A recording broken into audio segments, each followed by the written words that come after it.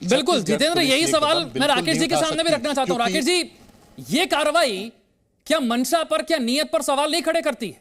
आप बिना किसी को बताए, बिना पुलिस की वर्दी में चुपचाप तरीके से एक पत्रकार को लेकर यहां से जाना चाहते थे। देखिए विशाल, जब से ईडी की कार्रवाई हुई है, ईडी ने पूछताछ के लिए राहुल गांधी जी को बुलाया है, तब से कांग्रेस पार्टी पूरी तरह से बौखलाई हुई है। और बौखलाई हुई कांग्रेस पार्टी ने आज मीडिया पर जिस तरह का हमला किया है, ये स्वीकार नहीं किया जा सकता है। देखिए इस पूरे देश में दंड प्रक्रिया, राकेश जी माफी के साथ आपको रोक रहा हूं। मध्य प्रदेश के सरकार के मंत्री इस वक्त विश्वास सारंग जी हमारे साथ है। विश्वास जी, तस्वीरें जी न्यूज पर आप भी देख रहे हैं, लोकतंत्र के चौथे स्तंभ पर जिस तरह से आज अटैक करने की कोशिश की जा रही है, इमरजेंसी जैसे हालात बनाने की कोशिश हो रही है।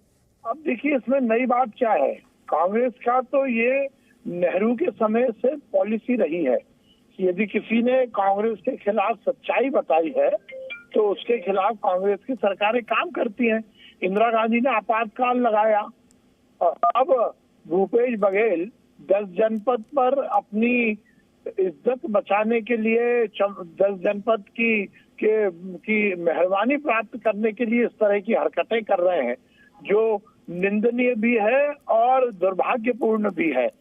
लोकतंत्र में मीडिया की एक अपनी अलग महत्ता है और मीडिया को अपनी अभिव्यक्ति की स्वतंत्रता इस देश के संविधान में दी है। पर जिस प्रकार से कांग्रेस के नेताओं ने ये हरकत की है और भूपेश बघेल की सरकार ने की है, ये इस बात को स्थापित करता है कि कांग्रेस पूरी तरह समाप्त होने की कगार पर है। और राहुल गांधी जैसे नेता जिनमें ना क्षमता है ना जिनमें कोई काबिलियत है, उनको नेता बनाने के लिए कांग्रेस इस तरह की हरकतें कर रही है, जो बहुत ही दुर्भाग्यपूर्ण है। और इस तरह की हरकतों से निश्चित रूप से जनता इसका बदला लेगी और कांग्रेस को इसका खामियाजा भुगतना पड़ेगा। विश्वास जी, आप जानकर हैरान हो जाएंगे, छत्तीसगढ़ की पुलिस वर्दी में तो नहीं आती, आई कार्ड भी नहीं दिखाती, यहां तक कि सिक्योरिटी गार्ड जब कहता है कि मैं स्थानीय पुलिस को कम से कम जानकारी दे दूं, स्थानीय पुलिस को जानकारी तक नहीं देने देती। ये कैसी पुलिस है जो पुलिस को जानकारी देने से रोक रही है? ये पुलिसिंग नहीं है, ये गुंडागर्दी है। कांग्रेस अब यदि गलती से छत्तीसगढ़ की सरकार में आ गई है तो भूपेश बघेल गुंडाई कर रहे हैं, गुंडागर्दी कर रहे हैं। और मीडिया पर इस तरह से कुठाराघात करना, ये इसका खामियाजा भुगतना पड़ेगा। देखिए इमरजेंसी के बाद इंदिरा गांधी गायब हो गई थी राजनीतिक क्षितिज से, और कांग्रेस के नेता इस बात का जरूर विचार कर लें कि इस तरह की यदि वो हरकतें करेंगे तो जनता उन्हें माफ नहीं करेगी। पूरी देश की जनता जी टीवी के साथ खड़ी हुई है और आपने जो कुछ भी देशभक्ति के कार्यक्रमों के माध्यम से इस देश की जनता को जागृत करने का काम किया है, उसमें देश की जनता आपके साथ है। ऐसे भूपेश बघेलों की सरकार आई है और गई भी है, इंदिरा गांधी की सरकार। बिल्कुल इसी तरीके से सरकारें आती हैं जाती हैं। बहुत बहुत शुक्रिया विश्वास सारंग जी हमारे साथ जुड़ने के लिए। राकेश जी, यही सवाल मेरा आपसे था, आपकी बात अधूरी रह गई, प्लीज उसे पूरा कीजिए। नहीं, मैं एक बात विशाल कहूंगा कि इस देश में दंड प्रक्रिया संहिता एक है, वही दंड प्रक्रिया संहिता उत्तर प्रदेश में लागू होती है, वही दिल्ली में लागू होती है, वही छत्तीसगढ़ में लागू होती है। सेक्शन 41A स्पष्ट तौर पर तय करता है कि ऐसे कोई भी आरोप जिसमें 7 वर्ष से कम की सजा का प्रावधान है, उसमें पुलिस गिरफ्तारी नहीं करेगी। अरनेश कुमार के मामले में सुप्रीम कोर्ट ने भी इसको तय कर रखा है।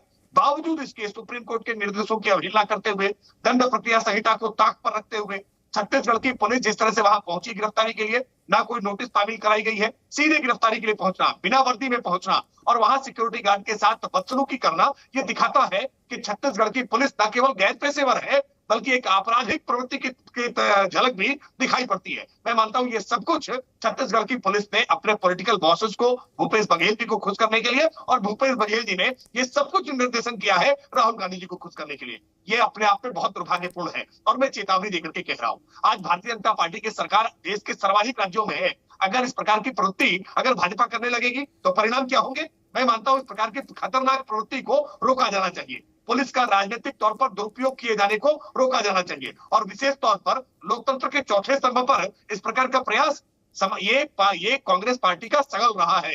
ये हमेशा से कांग्रेस पार्टी का अभ्यास रहा है। देश में आपातकाल लागू करने का काम भी किया उन्होंने, तब भी मीडिया के ऊपर तमाम जुल्मों सितम ढाने का काम किया था और आज फिर उसी आपातकाल की याद आ रही है।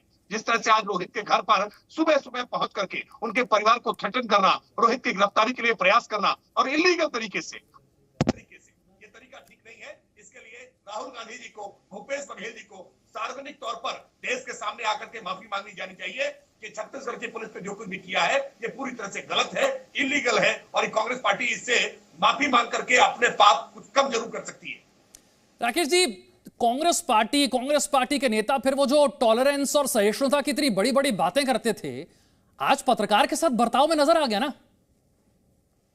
नहीं, स्पष्ट हो गया कि अभिव्यक्ति की आजादी के कोई मायने अब कांग्रेस पार्टी के लिए नहीं बचे हुए हैं। कांग्रेस पार्टी ने आज जिस तरह से ये प्रयोग किया है, मैं मानता हूं कि अगर कहीं किसी प्रकार की कोई गलती हुई है, अनजाने में भूल हुई है, इस भूल के लिए स्पष्ट तौर पर अपनी सफाई भी पेश की गई थी। मैं मानता हूं ऐसे मामलों में इस प्रकार की कठोर कार्रवाई किए जाने की अपेक्षा नहीं की जा सकती है।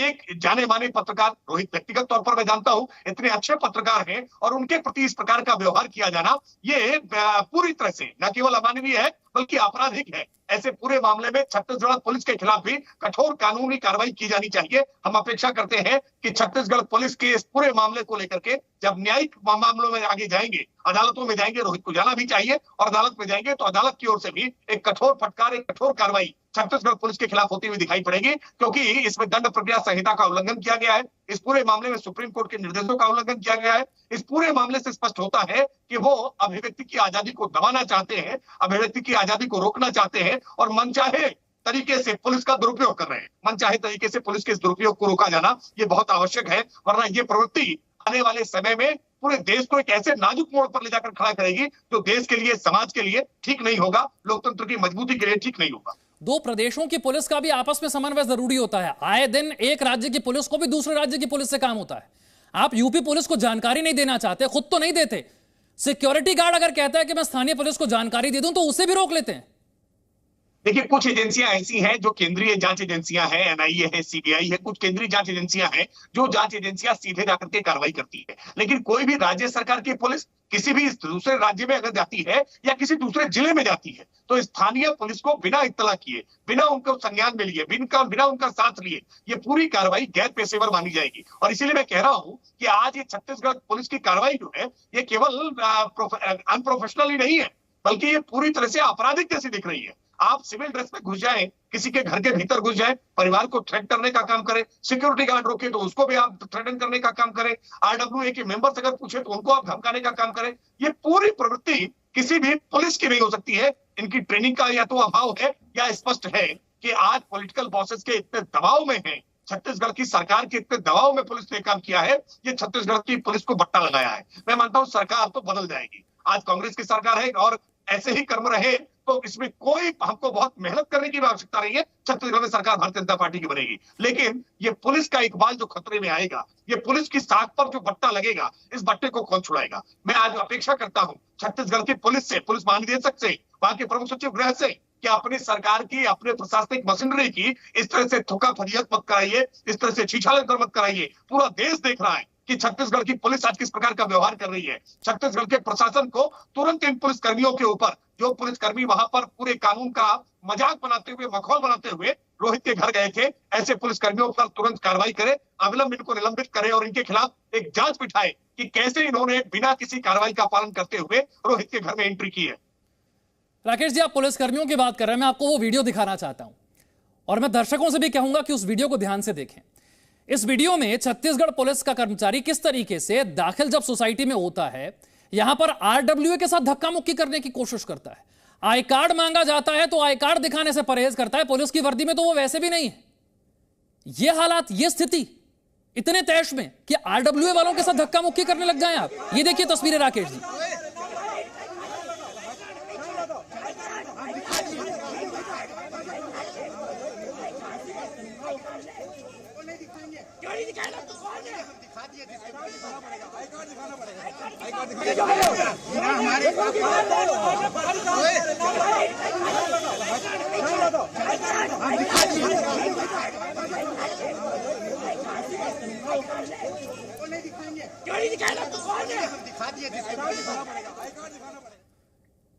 रायपुर से तृप्ति हमारे साथ है। तृप्ति, इस घटना के बाद यही सवाल उठ रहा है कि आखिर किस दबाव में है पुलिस? मंशा क्या थी, नियत क्या थी छत्तीसगढ़ पुलिस की? देखिए, मंशा तो साफ है कि छत्तीसगढ़ पुलिस बिल्कुल बर्दाश्त नहीं करती कि कांग्रेस की सरकार या कांग्रेस के किसी भी नेता का कोई विरोध हो या कोई भी अपमान हो। जो तथाकथित रूप से जी ने हमेशा तथ्यों को दिखाया है, डीएनए को हमेशा जनता ने सराहा है, बावजूद इसके गुपचुप तरीके से छत्तीसगढ़ पुलिस ये कार्रवाई कर रही है। 3 जून को जो एफआईआर दर्ज करवाई गई है भिलाई के विधायक देवेंद्र यादव की तरफ से, रात 11 बजे एफआईआर दर्ज करवाई गई है। आपको याद होगा छत्तीसगढ़ में पहले भी ऐसी एफआईआर हुई है। जब कालीचरण का मसला हुआ था तो जोर शोर से कांग्रेस के तमाम नेता जुलूस लेकर थाने पहुंचे थे, लेकिन इस बार आखिर बिना किसी सूचना के पुलिस ने कोई सूचना नहीं दी, गुपचुप तरीके से एफआईआर भी हो गई। पुलिस की ना कोई ऑनलाइन एफआईआर की कॉपी है पोर्टल में, ना उनके रोजनामचा में दर्ज है, और अचानक से पुलिस गाजियाबाद पहुंच जाती है। सुबह 5 बजे एक सम्मानित पत्रकार के घर में उन्हें प्रताड़ित करने की कोशिश करती है, परेशान करने की कोशिश करती है, उनकी फैमिली को परेशान करने की कोशिश करती है। बिना आईडी के, बिना किसी प्रूफ के, बिना किसी वर्दी के पुलिस पहुंचती है। तो एजेंडा तो साफ है कि पुलिस जो है वो कांग्रेस सरकार के इशारों पर काम कर रही है।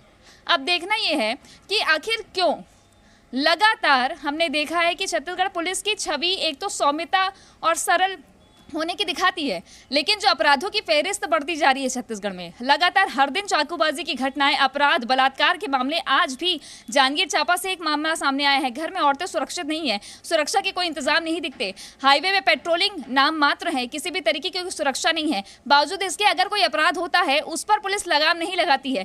थानों के टीआईओ को बैठा दिया जाता है और एक मीटिंग करके रफा दफा कर दिया जाता है। और जब कोई ऐसा मामला आता है, कोई आदेश आता है कि आपको हमारी पसंद का ये काम करना है, तो तुरंत पुलिस एक्टिव हो जाती है। तो साफ है कि पुलिस एक एजेंडे के तहत काम कर रही है। पुलिस आम जनता के लिए बिल्कुल काम नहीं कर रही है। पुलिस सिर्फ और सिर्फ मन पसंद के हिसाब से काम कर रही है, जो आज दिख रहा है। आखिर क्यों दबाव है पुलिस पर? छत्तीसगढ़ पुलिस की छवि लगातार खराब होती नजर आ रही है। चाकूबाजी की घटनाएं, मर्डर की घटनाएं, हर दिन राजधानी में लोग रात को घूम नहीं सकते, लगातार अपराध बढ़ते जा रहे हैं। इस पर पुलिस का कोई एक्शन नहीं है। और जब कोई ऐसा मसला आ जाता है, बीजेपी से राकेश जी हमारे साथ बने हुए हैं। एक छोटे से ब्रेक के बाद उनसे पूछेंगे कि ये कार्रवाई फिर दबाव में की गई कार्रवाई नहीं तो फिर क्या कहा जाएगा।